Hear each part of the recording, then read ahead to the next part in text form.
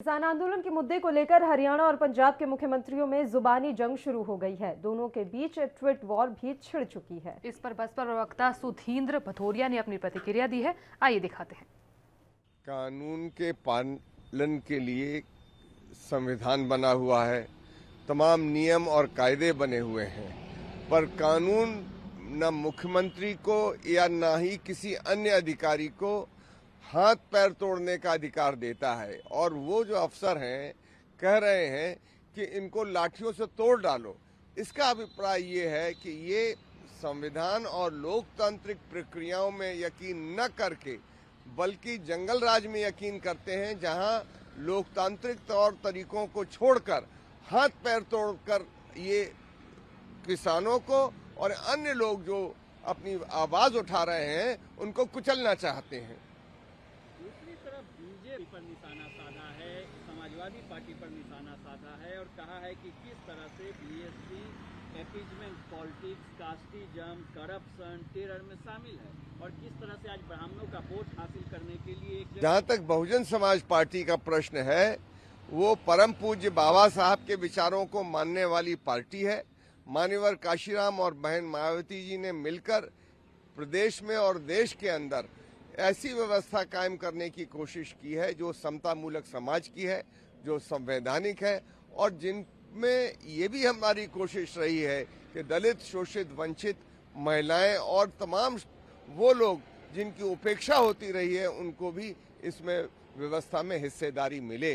ये भारतीय जनता पार्टी की सरकार और योगी जी की सरकार विशेषकर टकराव की राजनीति कर रही है, विभेद को और तेज करने की राजनीति कर रही है और खुद जातिवाद को अपना रही है।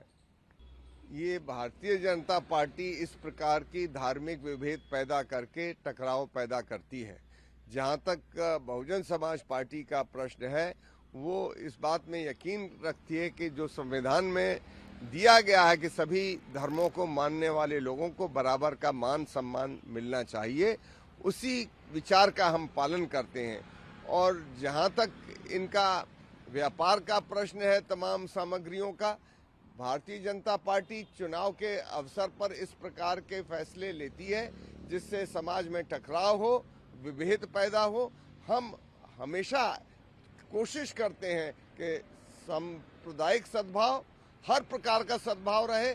इसीलिए आज चुनाव अब सिर पर खड़ा है, भारतीय जनता पार्टी अपने छोटे तरीकों पर फिर से उतारू है कि ये जो शिक्षा का इस प्रकार से इस्तेमाल अनुचित है।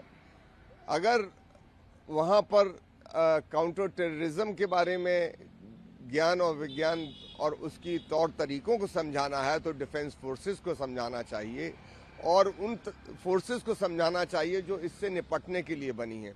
जहाँ तक इंजीनियरिंग है, मेडिकल है, वहाँ पर उन लोगों को उनके प्रशिक्षण देना चाहिए, उनकी जानकारी देनी चाहिए जो दवाई से जुड़ी हुई है या जो स्ट्रक्चर से जुड़ी हुई है, इंजीनियरिंग के विषयों से जुड़ी हुई है।